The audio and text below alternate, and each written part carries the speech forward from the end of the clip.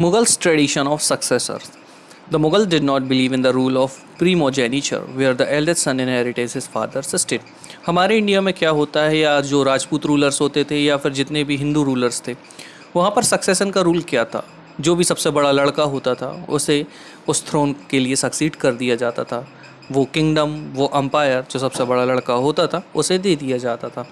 लेकिन यहाँ पर मुगल्स के द्वारा रूल ऑफ प्रीमोजेनिचर फॉलो नहीं होता था। इसका मतलब होता है कि जो बड़ा भाई होगा उसको सारी सत्ता मिलेगी, ये रूल फॉलो नहीं होता।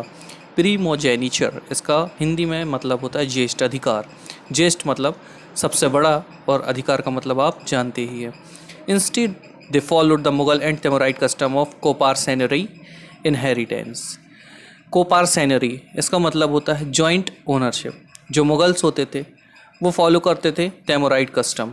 तैमोराइड कस्टम मतलब यहाँ पर जो जॉइंट ओनरशिप है वो मिलती थी। जितने भी भाई होते थे उनमें बराबर प्रॉपर्टी को बांट दिया जाता था।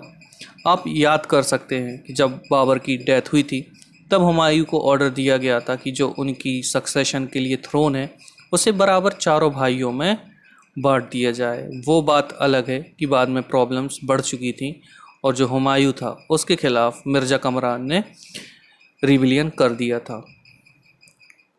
आप देख ही सकते हैं एग्जाम्पल के लिए, जो हुमायूं था उसके भाइयों ने उसके साथ लड़ाई की। फिर अकबर जो था, अकबर के लास्ट ईयर में, मतलब जो उनकी लाइफ के लास्ट ईयर्स थे, उसमें प्रिंस सलीम ने रिबिलियन किया था जहांगीर के टाइम पर।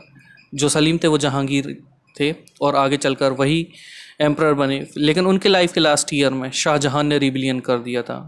क्यों? केवल सक्सेशन के लिए। इसी को फॉलो करते हुए जो शाहजहां थे, उनका लड़का औरंगजेब और उनके दूसरे बेटे, इन सभी के बीच में कॉन्फ्लिक्ट्स हो रहे थे।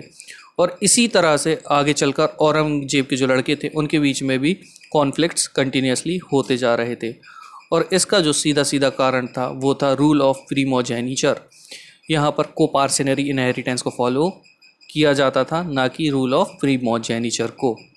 तो आई थिंक आपको ये समझ में आया होगा कि इसकी वजह थी प्रॉपर्टी का बराबर भागों में बंटना, ना कि सबसे बड़े भाई को प्रॉपर्टी सक्सीड करवा देना। Mughal relations with other rulers. यहाँ पर हम जानेंगे कि मुग़ल के जो रिलेशंस थे वो दूसरे रूलर्स के साथ कैसे थे। The Mughal rulers campaign constantly against the ruler who refuse to accept their authority. जो मुगल्स थे वो हमेशा अपने इन्फ्लुएंस में लेकर अपनी ऑथोरिटी दूसरे किंगडम्स के ऊपर बना लेते थे और उन्हें रूल किया करते थे।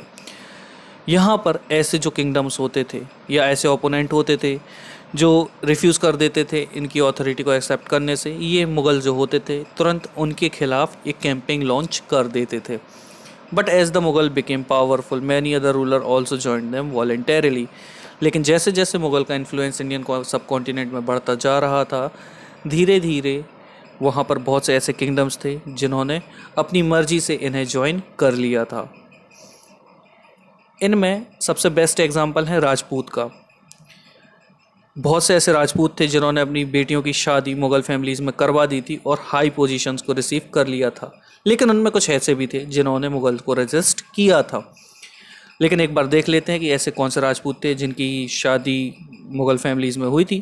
तो इसका पहला एग्जाम्पल है द मदर ऑफ जहांगीर, मतलब the wife of Akbar. She was a Kachhwaha princess, daughter of Rajput ruler of Amber. वो राजकुमारी थी राजपूत रूलर्स की जो कि अंबर के थे, और अंबर प्रेजेंट डे जयपुर कहलाता है। Now the mother of Shahjahan means the wife of Jahangir was a Rathore princess. वो एक राठौर राजकुमारी थी और डॉटर थी राजपूत रूलर ऑफ मरवार की। The present day Jodhpur is called मरवार। नाउ अब हम उन्हें देखते हैं जिन्होंने इन्हें रेजिस्ट किया था उनके साथ कैसा ट्रीटमेंट ये दिया करते थे। तो जो सिसोदिया राजपूत थे मेवाड़ के, इन्होंने रिफ्यूज़ कर दिया था मुग़ल अथॉरिटी को। बहुत लंबे समय तक ये उसे रिफ्यूज़ करते जा रहे थे, लेकिन एक बार इनकी हार हो गई थी। लेकिन हार होने के बाद भी मुग़ल्स ने इन्हें किसी भी तरीके से ह्यूमिलेट नहीं किया था, उनके साथ मिसबिहेव नहीं किया था, और उनकी जो लैंड्स थी वो उन्हें वापस दे दी गई थी। और इसी तरीके का एक केयरफुल बैलेंस बनाने की वजह से the careful balance between defeating but not humiliating their opponent enabled the Mughals to extend their influence over many kings and chieftains. इसी केयरफुल बैलेंस की वजह से मुगल्स का जो इन्फ्लुएंस है वो दूसरे किंग्स पर और चीफ्टेंस मतलब सरदारों पर बढ़ता जा रहा था। लेकिन कई बार ऐसे केस भी आते थे जिसमें ह्यूमिलेशन की वजह से मुगल्स को काफ़ी स्ट्रगल करना पड़ता था, और इसका एग्जाम्पल है औरंगजेब। औरंगजेब ने जब शिवाजी को इंसल्ट किया था, तो उसके बाद शिवाजी ने आगरा से भागकर अपने आप को किंग डिक्लेयर कर दिया था डेक्कन का, और बहुत ज़्यादा रेजिस्ट किया था औरंगजेब को, और काफ़ी कड़ी टक्कर दी थी यहाँ पर मुगल्स को।